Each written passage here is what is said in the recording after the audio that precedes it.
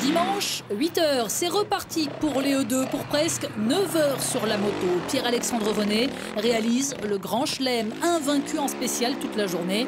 Il termine sa saison en beauté, une deuxième victoire en 2 jours, qui sera malheureusement pour lui insuffisante pour lui assurer une place sur le podium final.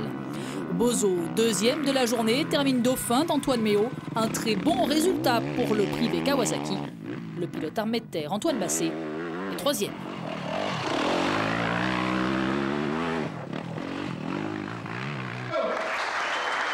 Méo, Bozo, Basset, c'est donc le trio gagnant de la QV 2011.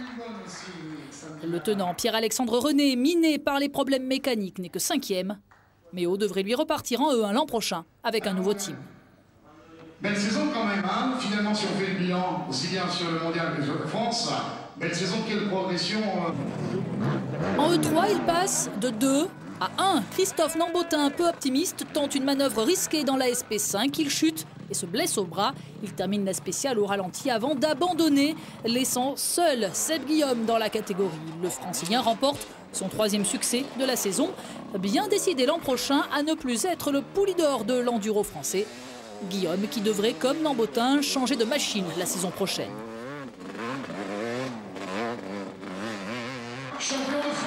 Christophe Nambotin n'avait finalement pas une très grande marge de manœuvre. Comme en 2009, il termine à égalité de points parfaite avec Seb Guillaume, 215 points chacun. Il remporte le titre grâce à un plus grand nombre de victoires. 3e, Sylvain Lebrun pour sa première saison sur KTM. Mathieu Gagnou est 4e. Tout le monde a le regard tourné vers le trio de tête des E1. Fabien Planet, Marco Germain et Rodrigue Tin. Ils seront tous les 3 sur le podium ce soir. Reste à définir l'ordre. Marc Germain, toujours malade, ne fait illusion qu'une seule spéciale, la première. Il signe le 2e temps avant de lâcher.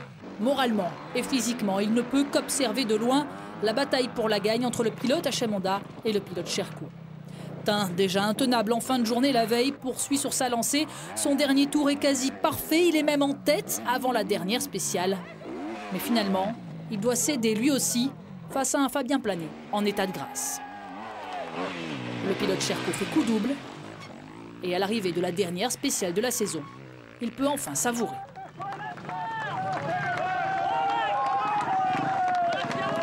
Après ses titres en E3 et en E2 en 2006 et 2007, le voici champion de France E1. Il offre également son premier titre élite à Sherco, le tout dans la catégorie la plus dense de la saison. Chapeau bas.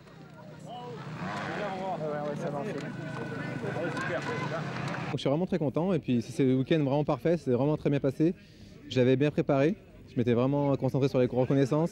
C'est vrai qu'à chaque fois, ça m'agace un peu de marcher plusieurs fois. Donc là, j'ai pris mon mal en patience, j'ai marché 4 fois toutes les spéciales, 4-5 fois même. Donc voilà, et du coup, ça a bien payé. Donc je suis vraiment très content pour toute l'équipe, pour Sherco aussi notamment. Là, je roule avec le nouveau modèle 2012, la moto est vraiment parfaite, donc je suis très content. Fabien Planet, champion de France donc. Et Marc Germain perd gros ce week-end. Il termine finalement 3e du championnat derrière Rodrigue Tin, impressionnant pour sa première saison en France. Marc Germain qui n'est pas sûr de rouler à nouveau l'an prochain. Merci monsieur Fabien Planet, champion de France.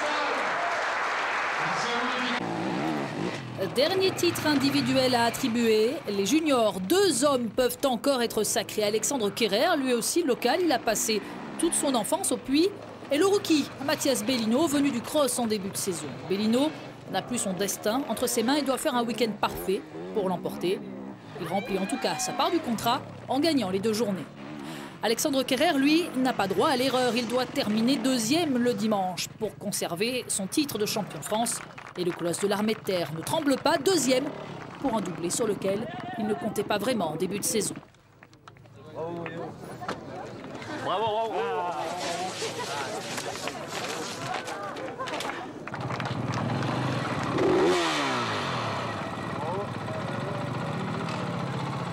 J'ai attaqué la saison sans beaucoup d'entraînement. J'ai passé presque 5-6 mois de l'hiver à pas rouler.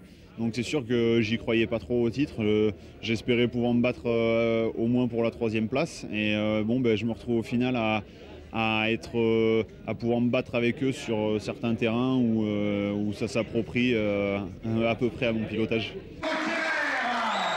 Mathias Bellino, très déçu, perd le titre à cause de son double abandon sur problème mécanique à Bar-sur-Seine. Troisième, l'autre pilote armé de terre, Romain Dumontier, qui quitte la structure et la catégorie l'an prochain.